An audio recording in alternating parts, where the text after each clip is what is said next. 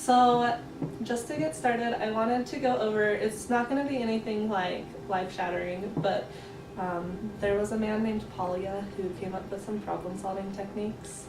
And I just wanted to go over his 4 techniques because we're going to refer to them throughout the... Oh, hey! Oh, you're good. This is Miles. But we're going to refer to them throughout the lesson. So like, the first one is understanding the problem. So he suggested that the first thing you have to do before you can solve a problem is really understand it, if that makes sense. Like I said, it's not really life-shattering, but and then the second step he came up with is you have to devise a plan, so you have to come up with some sort of plan. Does that make sense? Like, yeah. And then the third one was to implement that plan, so to get ready and to start trying it. But those two kind of go hand in hand, where you can go back and forth between step 2 and step 3, because if your plan may not work, you can go back to your first, go back to the writing board, right? And then the fourth one was to, when you have finished, to look back and reflect upon what's going on, like how your problem solving went. So like I say, pretty not self-explanatory, but intuitive, I feel like. Not a whole lot of crazy happenings there, but does that all make sense? Awesome. So to get started, we're gonna start in here just for a little bit longer since it's so cold out. We're gonna kind of go through my car, and I know you're pretty familiar with a lot of the basic maintenance stuff, but I want just to go into a little more depth about some of those. And then you're gonna have to solve a couple of problems with my car. So I have a couple of problems that you're gonna have to solve, and they're gonna be a little bit challenging, but I want you to try really hard to figure them out. And so before we go out there, I want to come up with a list of resources that you think you might be able to have when if you were driving down the road or something, if something were to happen. So can you think of anything that if you were to have a problem with your car, a resource that you could have to work up with it on? Say you were driving down the road and your car started making a noise. What would be the first thing you would do? Yeah, probably. And then try and figure out what was making the noise. And then, I don't know, if you can't really figure it out, you can always ask someone. Yeah, perfect. That's a really good resource, is calling people. That's always the first thing I do. I'm always like, Dad, my car's broken, help me. So that's a resource that you may even potentially use today. Totally okay, because we always have cell phones, and that is a really good resource. Is there any other things you can think of that might be helpful when you have a problem? We have the car manual. The car manual.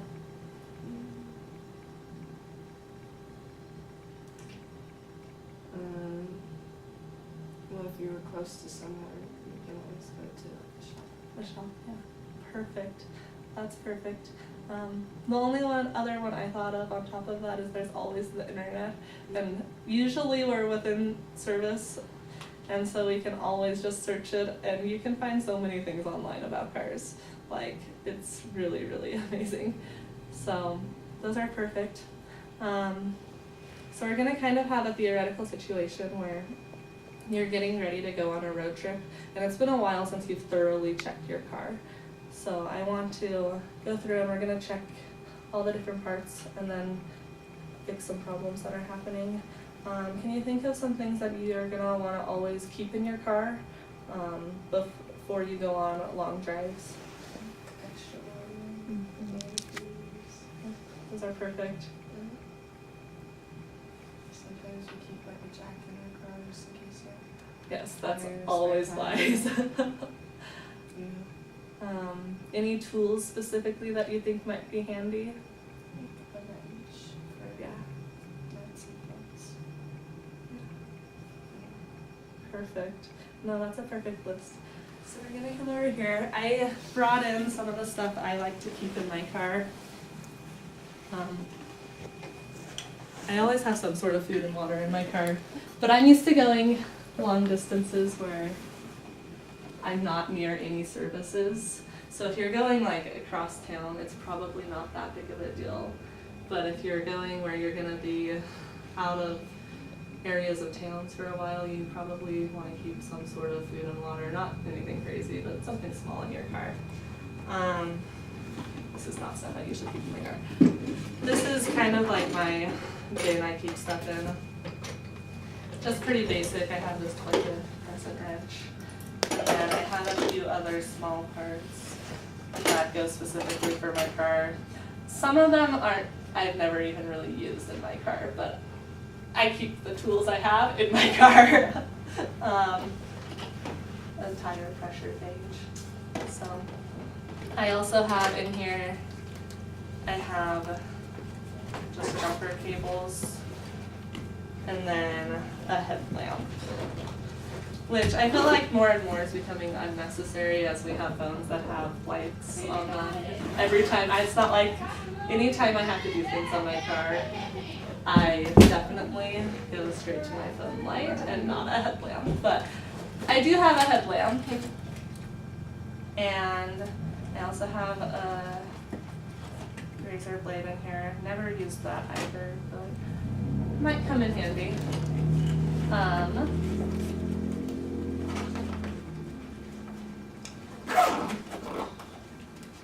And then I have my owner's manual that I just pulled out. I usually keep it in my glove box.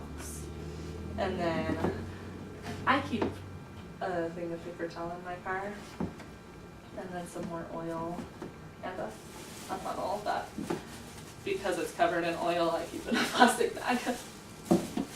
Awesome.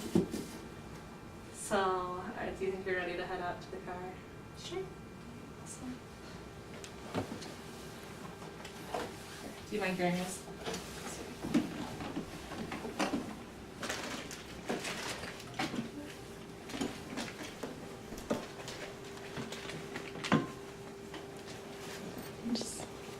How could they wait till you get out the door? I was gonna say, you could probably don't even have to record us as we're walking out there if you don't want to. We just stop it and go. It's totally up to you. Do you want to submit 2 videos? So I have a 2001 Honda Accord. So it's kind of, have you been around, are you usually around old cars or new cars? Like, not new cars. Perfect. That's the way I'm definitely used to being around old cars. So that's perfect.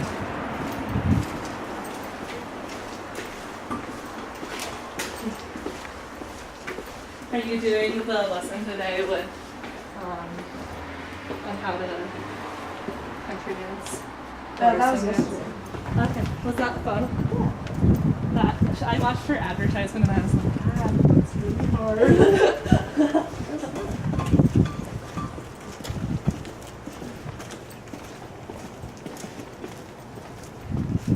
I kind of parked in the middle of nowhere, so nobody would park next to me.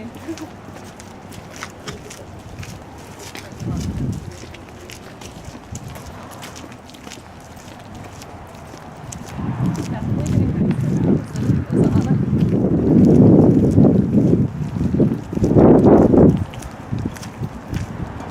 You can just like the big box. I also have more oil back here. So everything I want you to do so that you can learn like how it feels and what everything is.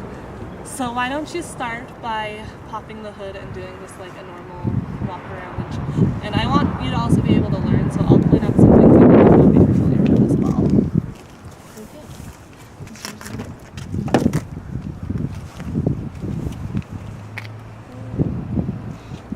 I have no idea what words. Okay, so in every car they're a little bit different. So that was the gas and the trunk, and then the hood's gonna be right underneath it. Pull. And then I am gonna warn you, my car is pretty greasy underneath the hood, so be warned.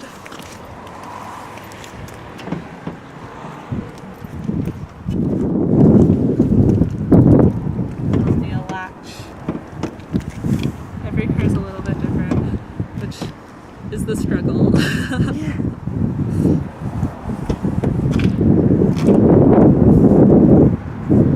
Okay, so for my car, I have a. It's kind of broken, so it comes out, so I have to.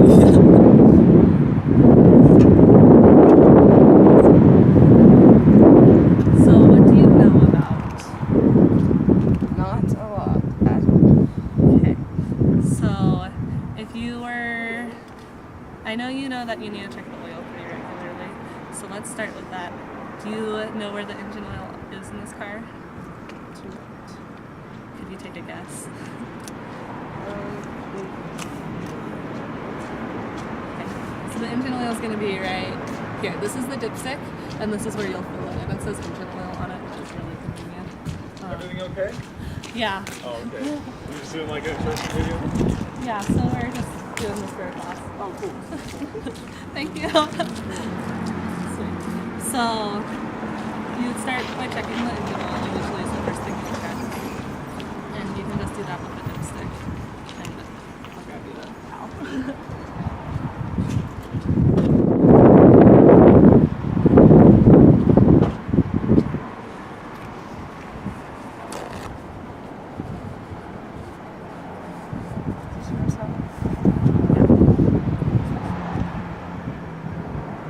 So, there's 2 dots, and so you want it to be in between the 2 dots. So, it was a little bit low. This actually, put it in one more time and let's see what it comes out as. Sorry, you can have a towel too. Okay, save my purse.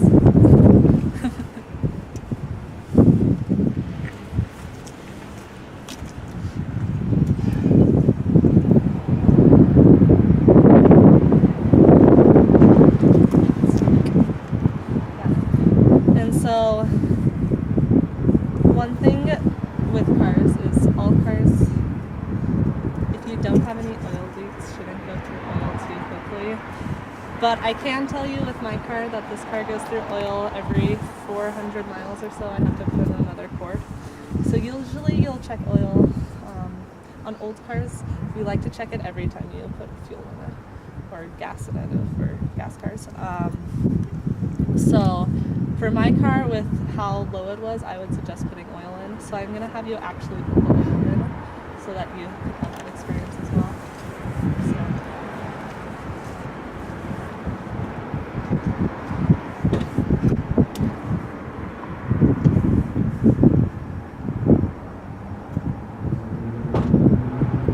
Do you know the differences between different types of oil?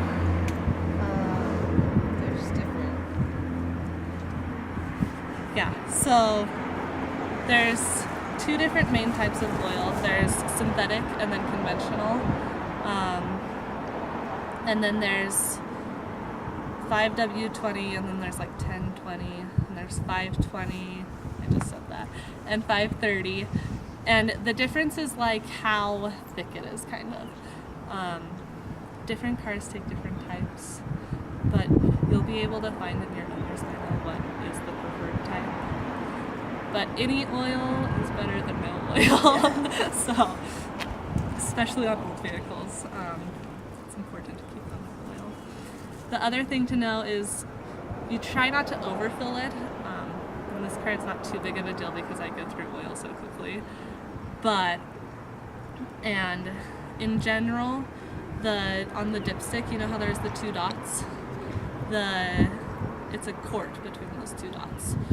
So, let me give this to you. I also have a funnel if you'd like to use it.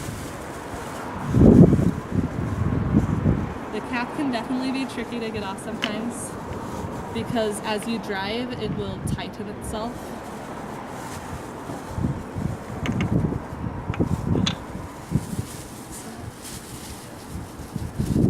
So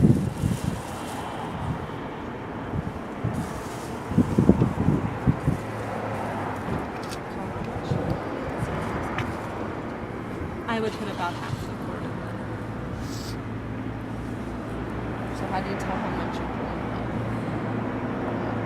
putting in? You just kind of guess, and then you check the dipstick.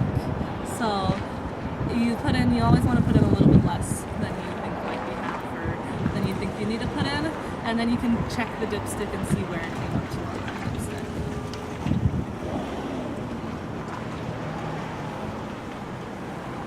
I have to tell them to stop. I'll let you know if you're going too crazy.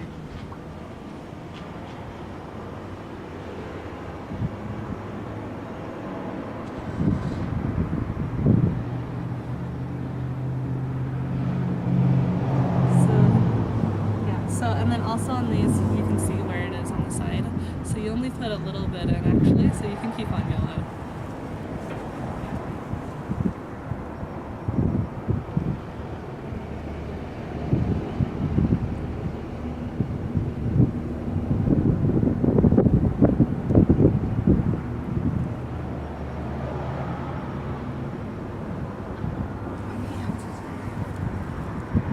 Honestly, no.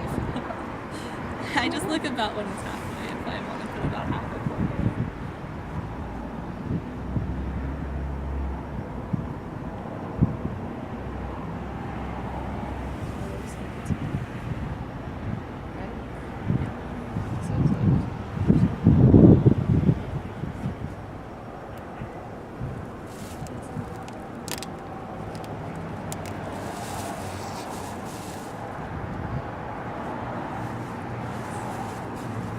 And then you can check the dipstick and make sure it comes to about where you want it.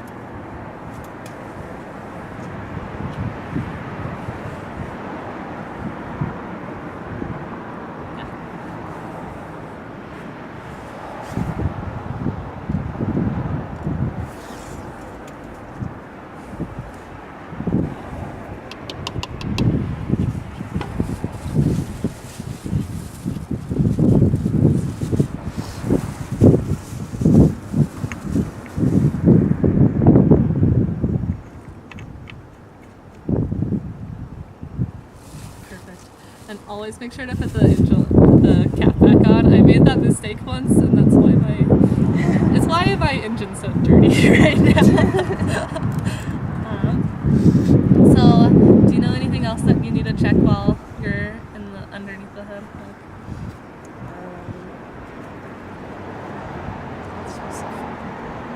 Okay. So, do you know any other like oils or fluids that your car has in it?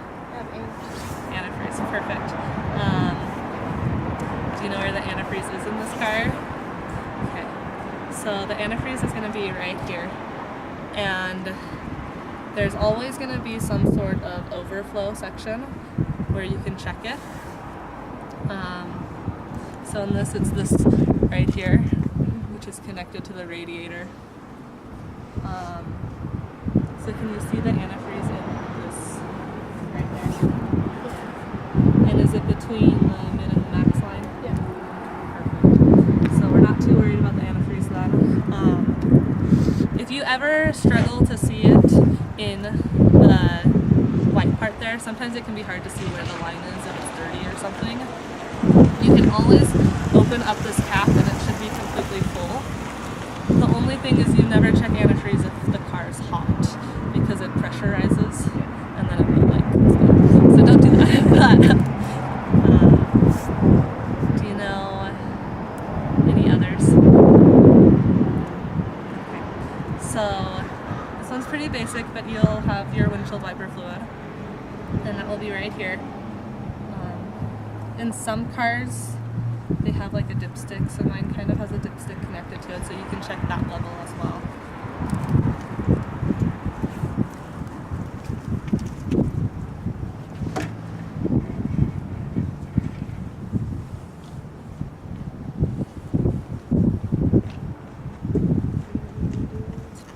So, if you can't tell, can you tell where it's at on the dipstick?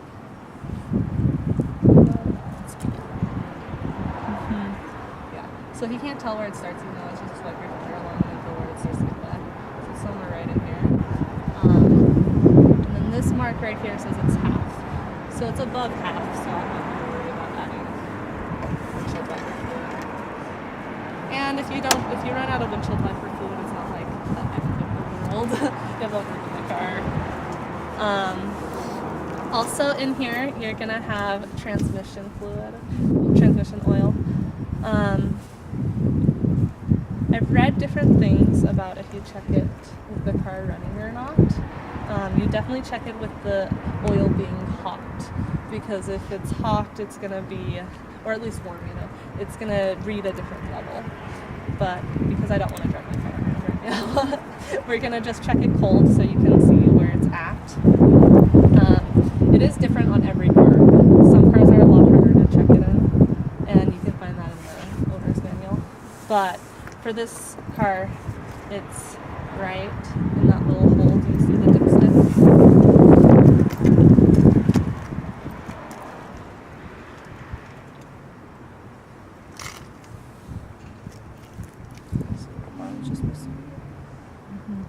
So I would clean it off and then put it back in so you can tell a little bit better where it's at.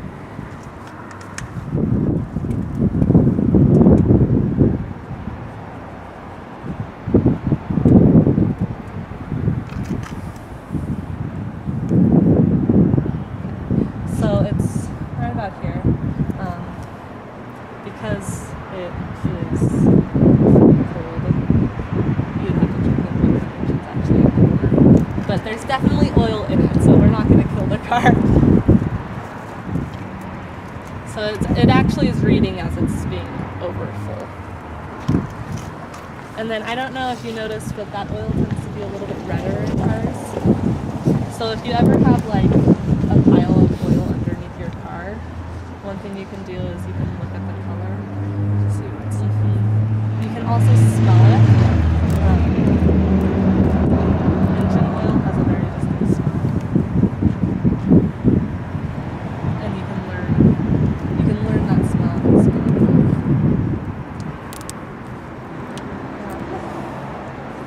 So, can you think of anything else in here that you might need to check?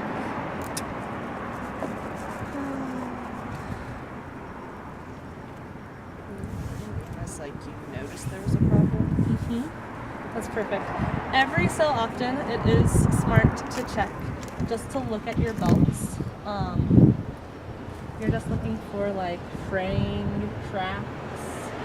If they look really worn out, that's a bad sign. And then there's also, in here you have an air filter. So your car actually takes in air to have combustion happen, and it has to be filtered. And in this car, this is the air filter right here. And a lot of times if you get your oil changed at like a shop, they'll offer to change your air filter. But a lot of times it's like a lot cheaper just to do it on your own, and it's not very hard. So for this one, I have a new air filter, and I'm gonna have you change the air filter. So they're just clasps here, and you can just unclasp it.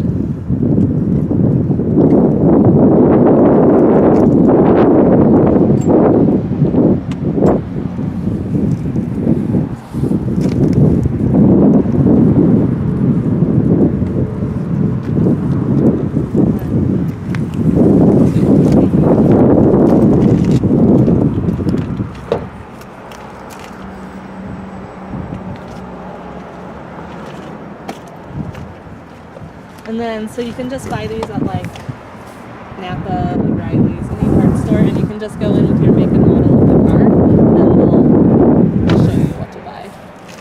So,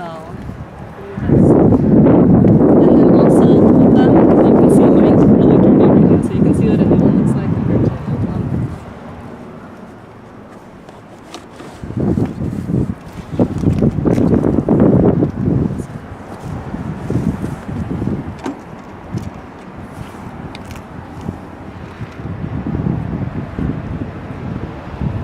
So if you look at the bottom of it, that's where it gets dirtiest. And I probably should have changed my air filter a while ago. So that's something, you don't have to check it like super often, but it's something you definitely want to check.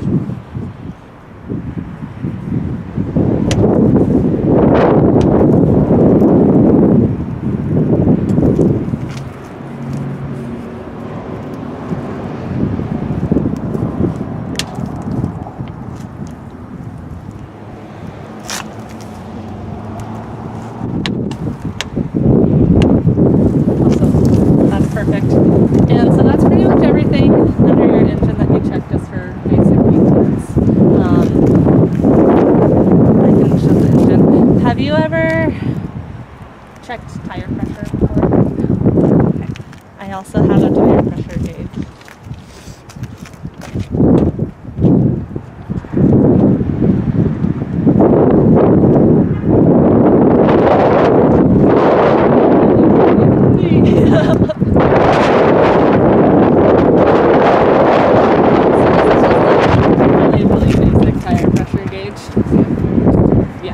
They're like $2 or something. So I'll have you check. I'm just gonna have you check one tire because once you do one, you've kind of done them all. But I'll have you check this tire right here. Okay. So it's kind of. Have you ever like filled up a tire on like a bike? Yeah. So it's really similar. So it's this right here. And just unscrew it.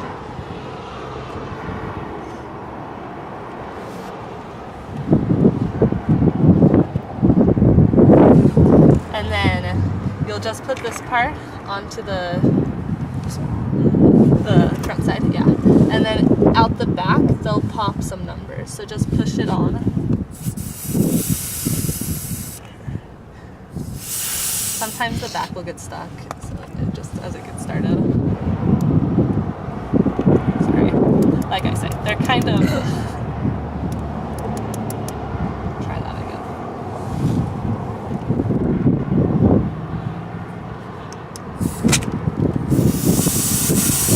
Why is it not coming?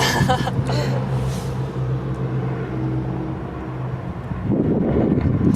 Try one more time.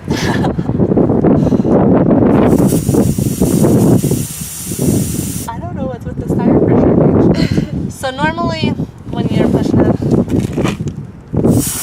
there we go. So just push it up, try pushing it on a little bit harder. It should pop out a little bit.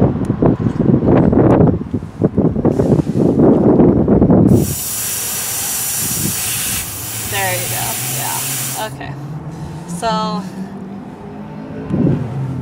if you do it where the key is to get it where it's like on. This tire obviously is a little low on pressure. And then you can see where it's at on here. So this one looks like it's about at 21 psi. Every car will have somewhere on their door will have a little label showing what your tire pressure is supposed to be at. So we can go find mine and see what it says it's supposed to be at.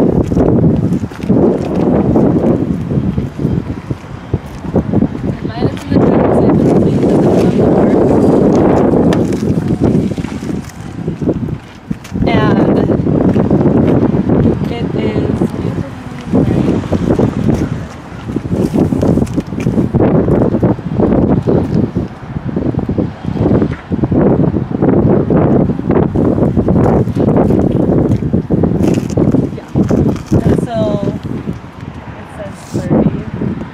So I should probably honestly put some air in my tires. I checked them this morning and they were all between like 22 and 26 psi. They don't look flat to the eye, so you can run your tires a little bit less air in it, but it will a lot of times cause like you to get worse gas mileage, but it won't push the car. So they're preferably at 30 psi, but my cars are a little low. The other thing with tires is, do you know what to look for in tires to see if they're in good condition or not? Like the part of the tread. Sometimes like they get really worn down, cracked. Yeah. So always look for cracks in your tires, especially if you have any, we call them sidewall cracks. Any cracks in this part of the tire is a bad sign. Also, just looking at that tread, making sure they're not too worn down. So look at this tire and see if you see anything that is bad. Yeah, my tires are in pretty good condition, luckily. So I don't see anything that's a warning sign on the tire. But it's definitely something you need to keep your eye on with older tires because the cracks are what can cause more. Yeah. Awesome. So I'm gonna have you climb in the front seat and I'm gonna shut the hood. Okay, where do you want me? Where do you want me?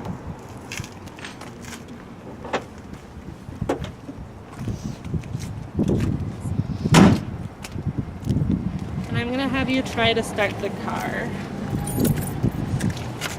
Sorry, you can push my seat back too. I promise you won't be in there for very long.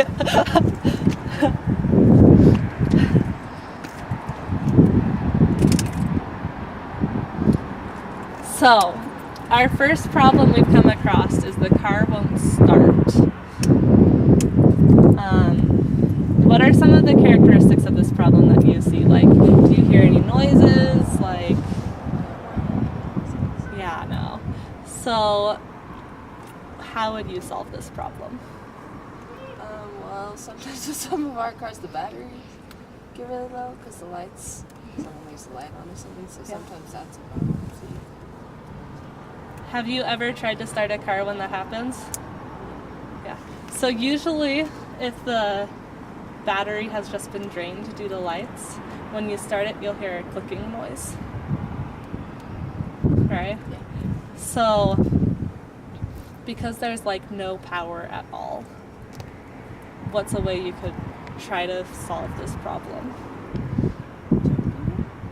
Jumping it? That's a good idea.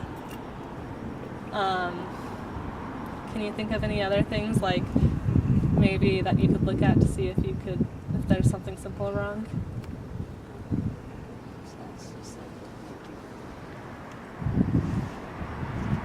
No, that's perfect. That's totally okay. So, for the sake of this, I'm going to tell you that it's not a dead battery because I don't want to have to find another car to jump it with. But jumping it would be a really good place to start because a lot of times that's all that's wrong. But because there's no power at all, it seems to be that the battery's more than just drained. Unless the battery's completely dead, you'll have a little bit of clicking. So why don't we come back to the front? You can pop the hood again.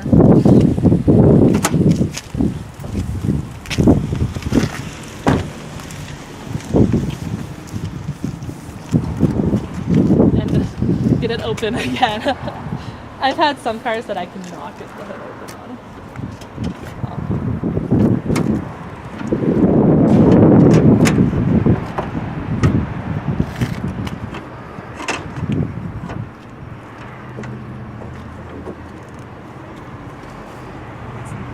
So, do you know how a car starts, generally speaking? So, in a car you have the battery that's connected then to the starter and it starts the car.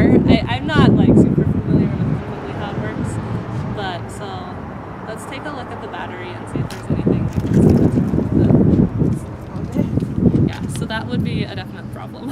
Yeah. And a lot of times they're not actually off, but they'll come loose, they'll jiggle loose, and then you still won't have power if it's not connected. So, with batteries, are you familiar with car batteries at all? No. Had to charge it. Yeah. So there's a few different things. It is battery acid, so you just, like when you're done, wash your hands if you've been working with the battery a lot. And then you always want to do disconnect the negative wire. You want to disconnect it so it's the last one you put back on, if that makes sense. And do you know which one the negative and which one the positive is? Okay, so positive is always red. So in this one, the positive is going to be that wire right there. So for this car, I just disconnected the wire cable. So you can reconnect it. And then it will just screw back on with this nut.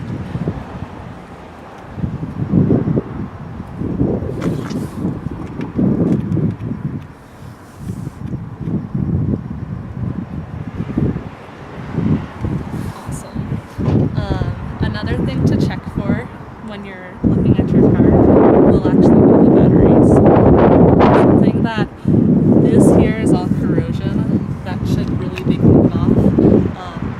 hard to do. All you have to do is use baking powder. Just pour a little bit of baking powder on and then add some water. It's really easy, but if you leave it for long enough, it will actually corrode this little part.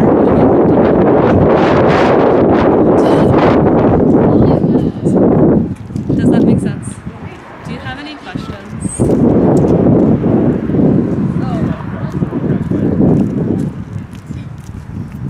That's perfect. So that was the first problem. For the second problem, I'm going to make you work a little bit harder for the answer, and I'm going to have you do it a little bit more on your own. So we'll see what you can figure out.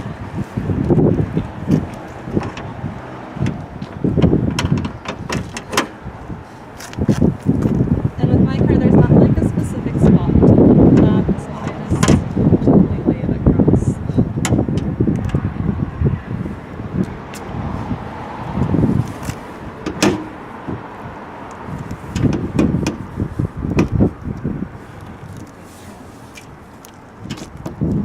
So open it back up. And the best way usually to get them to shut all the way is to drop them from about that height. Yeah. It doesn't hurt with it at all.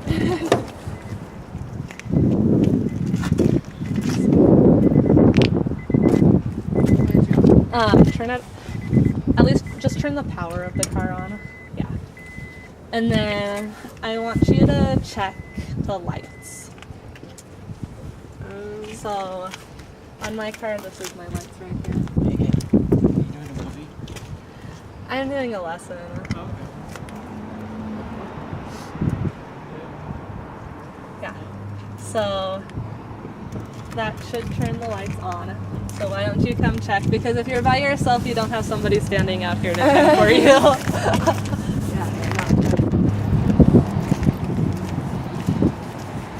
So it's kind of hard to tell because it's light out, but they actually are. Perfect. So what other lights are there on cars besides just your headlights? What? The rear. So those.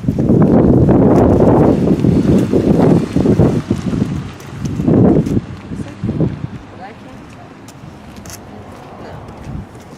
tell. It's really hard to tell when it's light out.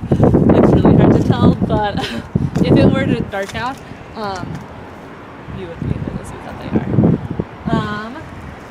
So the lights seem to be working. Why don't you check the blinkers next?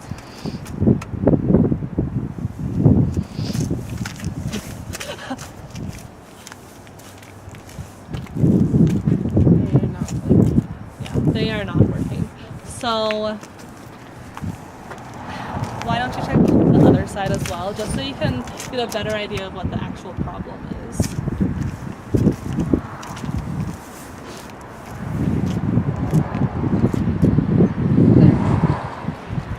What?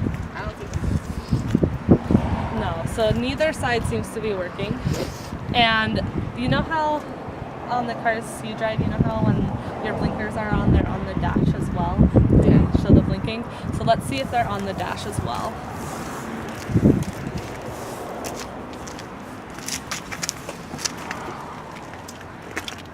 doesn't.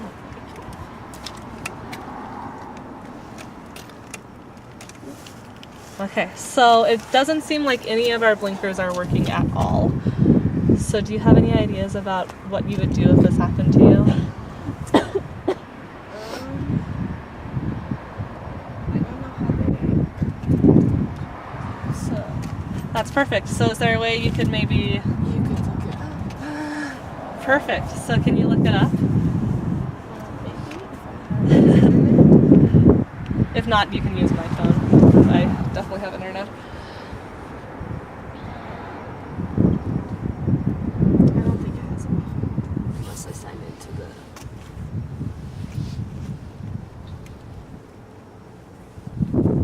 the. So what seems to be the problem? The blinkers aren't turned on. Yeah. And so there's... Why don't you just search and see what you find?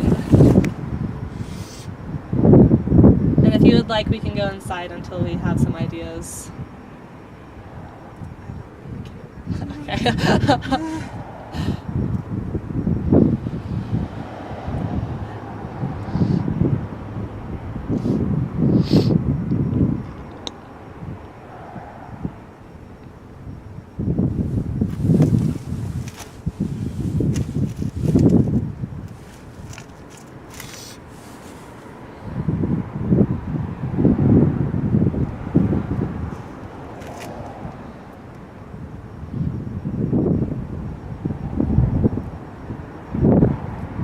So the first thing it says, besides turning the car on, is to locate the power distribution center.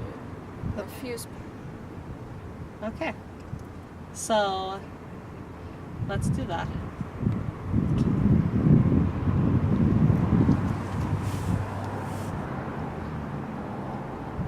The internet is your best friend when you're trying to solve problems. Is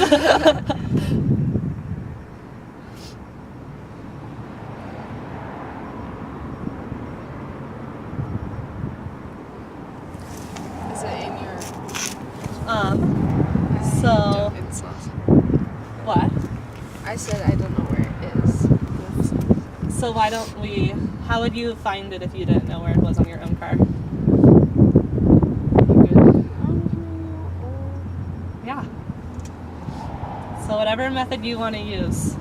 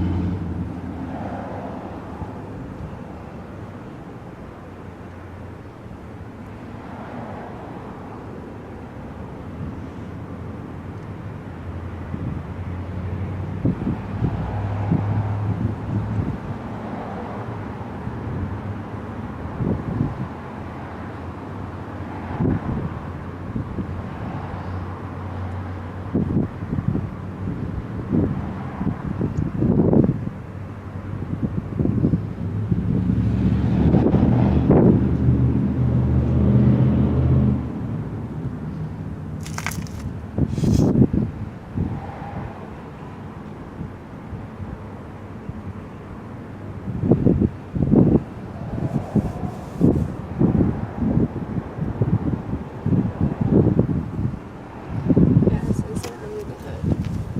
And under the hood. Okay. So Just for that car. So this is a Honda Accord, so you might want to search more specifically for the specific car.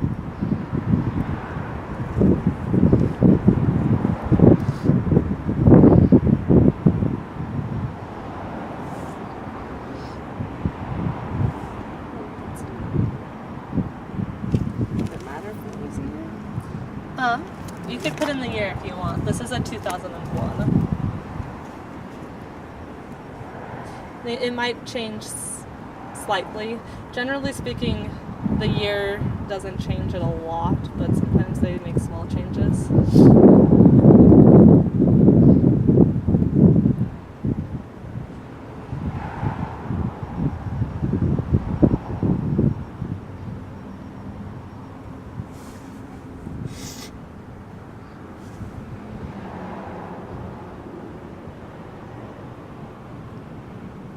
These are all just like advertisements for a car. Okay, so let's say you can't find it on the internet then. So where would be your next place you would find? You would go to look for where the manual? Perfect.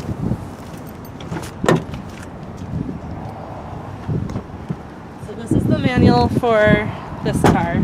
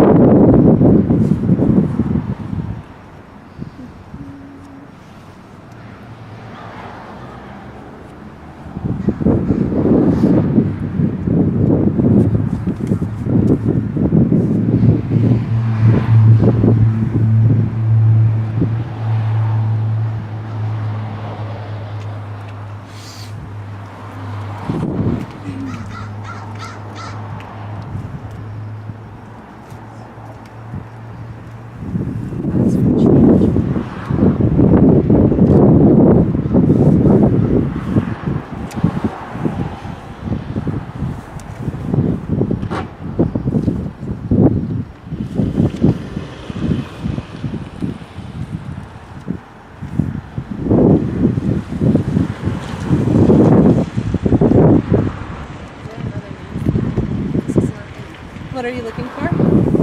EDC. When you looked it up, you said the power, or there was something else you said might be wrong when you first looked it up. But do you remember what? The fuse. The fuse. So why don't you try looking for that?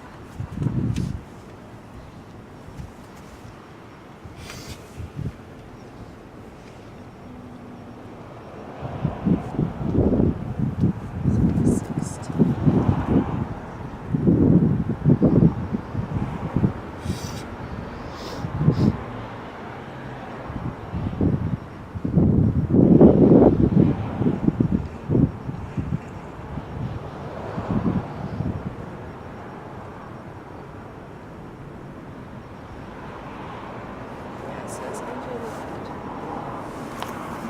And does it say specifically? There's a little bit more information on this page about that.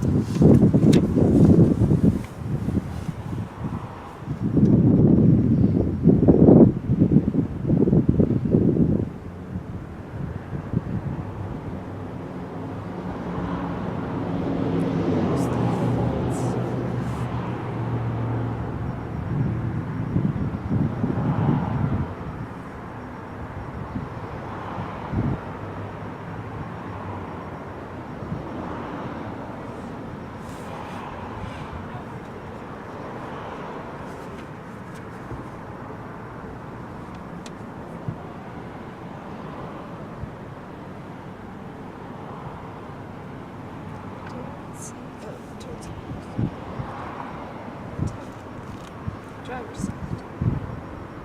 Awesome. So,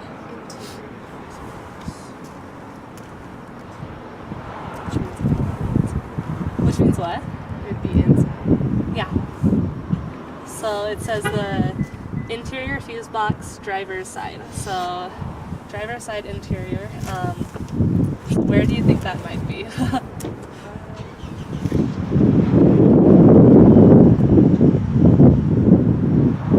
Feel free to look around. Or to use any of those resources that you thought of to find it.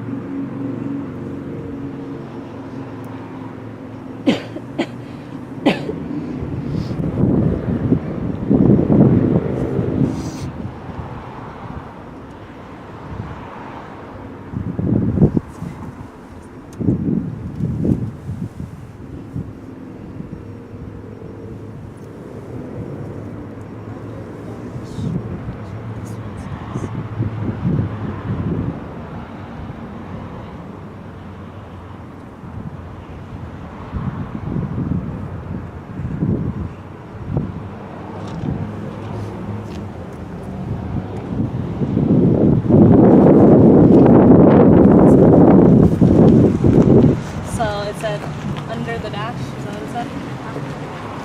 Yeah. So should we check under the dash and see if it's there? Sure.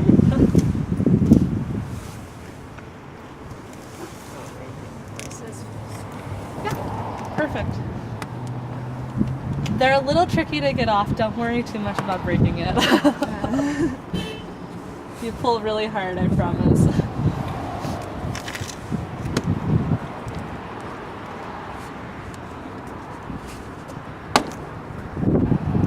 Perfect. And then it will come all the way out now if you pull it. Yeah. Like I say, it's a little tricky. And then you can look in there.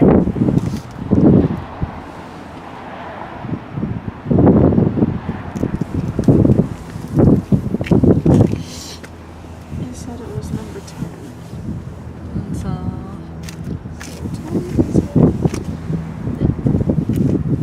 where is it? Okay. So the numberings are kind of weird on this, but it's actually going to be based off of how the picture looks. So if you match it to the picture is the easiest way to tell which fuses are which. So that one that's missing. Perfect. And so I just pulled it for the sake of this lesson. It's in that little container, right? It's right here. It's just in there with my money. And so you can just put it back in the slot that it's missing from. If it were to actually be a blown fuse, it would still be in there, obviously, and it would, you can tell you can search online, there's pictures between the differences of what a normal fuse looks like and a blown fuse. So, awesome. And then getting it back on is almost as tricky as taking it off.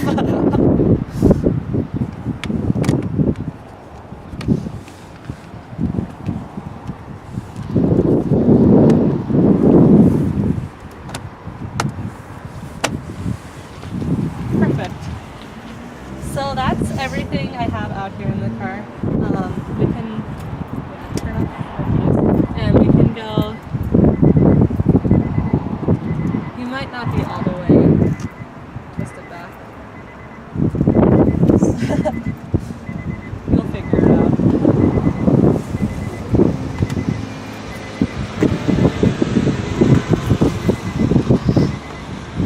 Are you twisted too far back?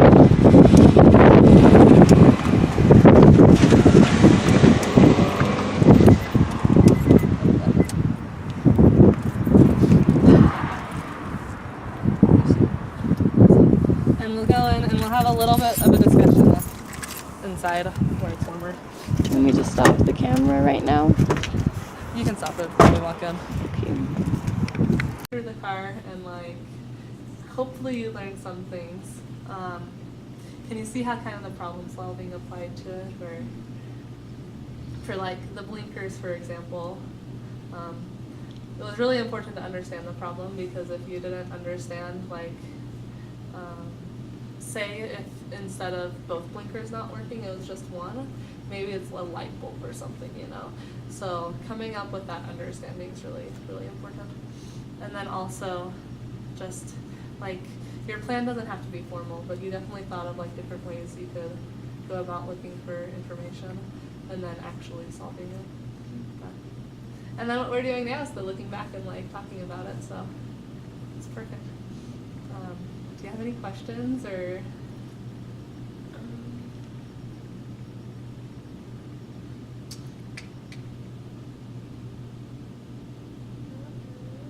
That's totally fine.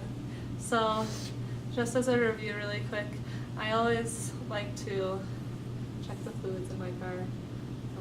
Engine oil, especially on old cars. On new cars, sometimes if you know it's not having problems, you don't check it as often sometimes. But on old cars, I check my engine oil every time I put gas in it, because a lot of times I'm low. Antifreeze is also really important. And then also something with antifreeze that we didn't talk about was, if you ever do have to add antifreeze, usually you can buy it pre-mixed, but you add 50% antifreeze and 50% water. And so just make sure when you're looking at the antifreeze you have, that if it's not pre-mixed, you add some water to it. Yeah. Well, and it's cheaper too that way. You don't have to add as much antifreeze, but most cars, it will say in the owner's manual, but most cars takes 50% antifreeze and 50% water. But yeah, and then just tires are always important to know, if they're in good condition or not. But just checking out your car and making sure it's good to go. It's always an important thing to do. Yes. Awesome. So I think that's everything that we have to go over. So we're good to go. Yeah. And cut.